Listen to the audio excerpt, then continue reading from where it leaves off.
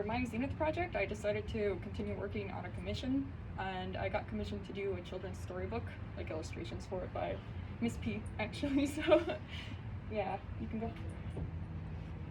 So the first part of actually creating the book is I had to brainstorm the design of the main character, because my employer, Miss P, only came to me with an idea, so I had to visualize how I would turn that idea into a picture. Alright, so these are the 3 design phases that I went through. In the first design, Miss P kind of liked what I did right off the bat, but this style that I had the character in would take way too long to make like full illustrations out of. And also his feet were kind of like aggressive, or kind of like talons, so you know, it's a children's book, you don't want that. In the second one, we decided to try something out with watercolor and with line art, because line art is a lot faster than painting it. But like, we didn't like the duck feet, and also he kind of looked depressed. So, you know, we finally ended up with this last design on the very left. It didn't take that much time, and in my opinion, it looks better than the rest. And also the feet were finally fixed. You can keep going. Yeah. Also, we had to finalize like page concepts. We decided to focus on having like a spread with 2 images. One image would have an animal that's like upset or sad, and then the rainbow laughing bird would, that's what RLB stands for, he would give them a jelly bean.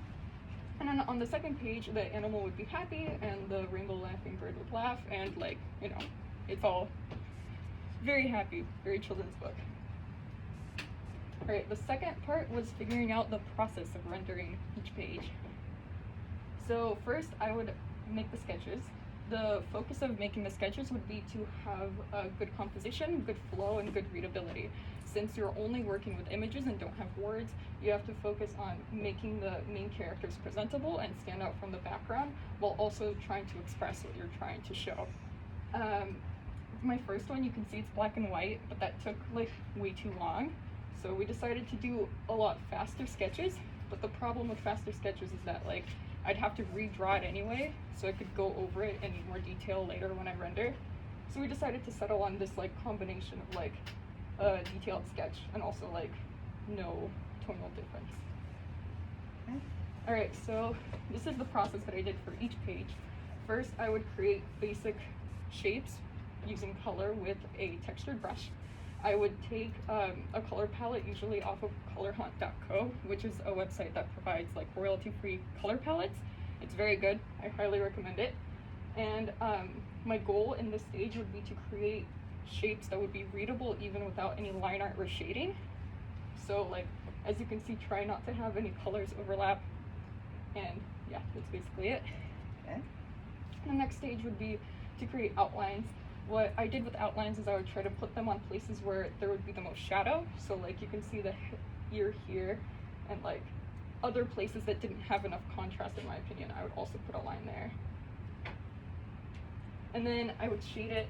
I usually just use 2 colors of shading, like of shadow, and then 2 colors for lighting. And I would just put them where appropriate. And then finally, I would add final details. For me, this meant coloring in the line art. And also what I did was add an overlay layer with a white color. What this allowed for the character to do is like, it would stand out against the background because it had both a white outline and a dark outline. So the background didn't really matter that much. And yeah, I added any other details I thought would be necessary. Yeah, if you click that link down there. Yeah, so this is like a progress video of me doing one of the pages. This is 18 hours combined into 30 seconds. So here you can see me doing the same thing, which is like putting the base colors on and slowly adjusting everything as I go. And you can frequently see me switch between the sketches of my characters to make sure everything's lining up correctly. I also didn't outline the background so that the characters themselves who do have outlines can stand out from the background, and it would like get better visibility.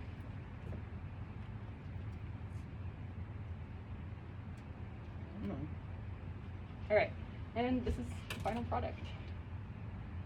So this is the first page. Here you can see that the background actually like combines into one, because we originally wanted it to be like a spread, so you would open a book and these would be on one page.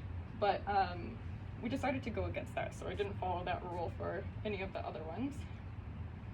For this one, it's just like the giraffe. Also, you can see that the colors slowly get like, they change throughout the rainbow.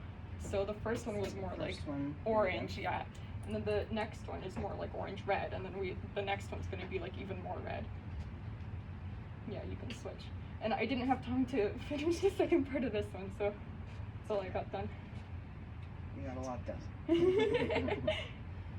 And yeah, there's one more. Oh, there's one more. I'm sorry. Yeah, oh, there we go. Thank you. Okay. All right. Who has questions? Your drawing's just amazing. They're so well done. I really like how you did everything. Thank you.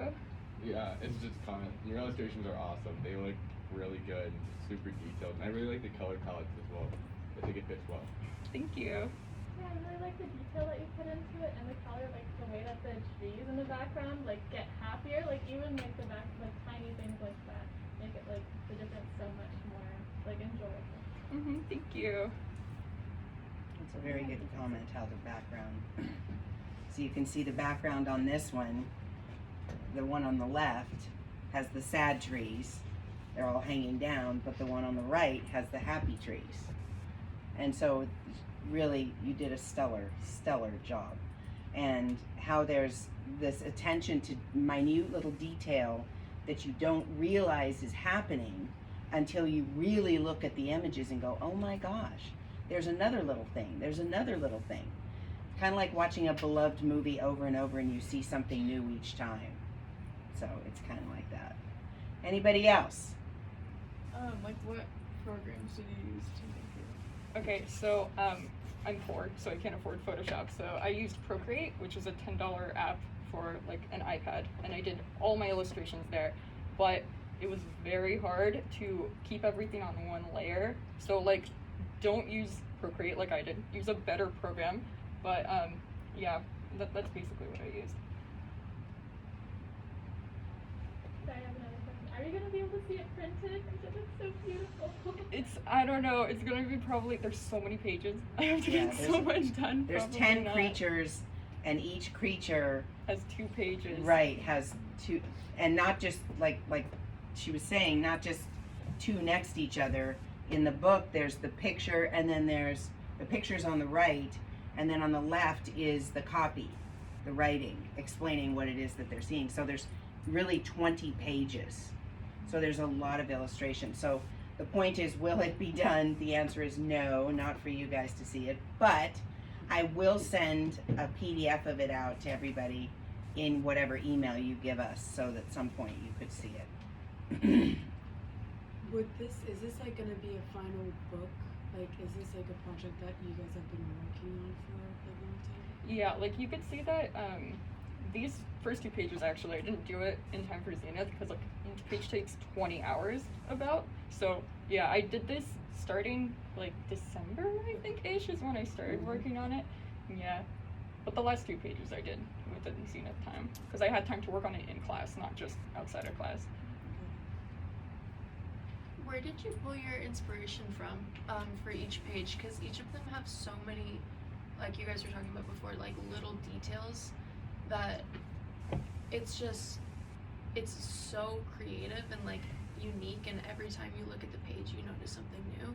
So I was just wondering where you got your inspiration from. Well, thank you.